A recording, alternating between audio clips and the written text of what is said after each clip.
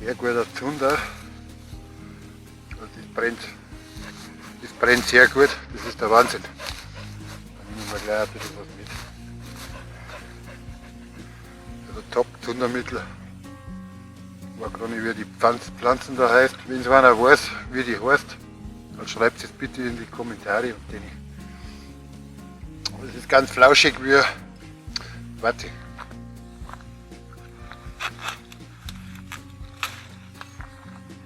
Dann nehmen wir jetzt einen Maiskolben mit. Den werden wir dann daheim kochen, vorkochen. Ungefähr so 15 Minuten dürfen die schon kochen. Und dann kann man die machen jetzt nicht ganz auf, den mache ich daheim auf. Aber der ist so richtig schön gelb und der schmeckt super lecker auf dem Grill.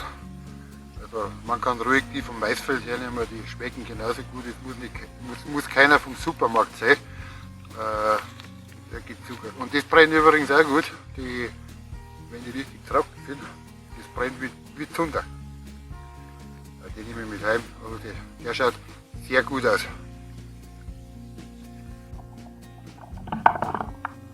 Das ist echt der Wahnsinn. Heute haben wir den 30. August und es hat immer noch 35 Grad. Das ist echt der Wahnsinn. Jetzt bin ich da drin im Wald. Das ist keine so Hitze, da geht es einigermaßen.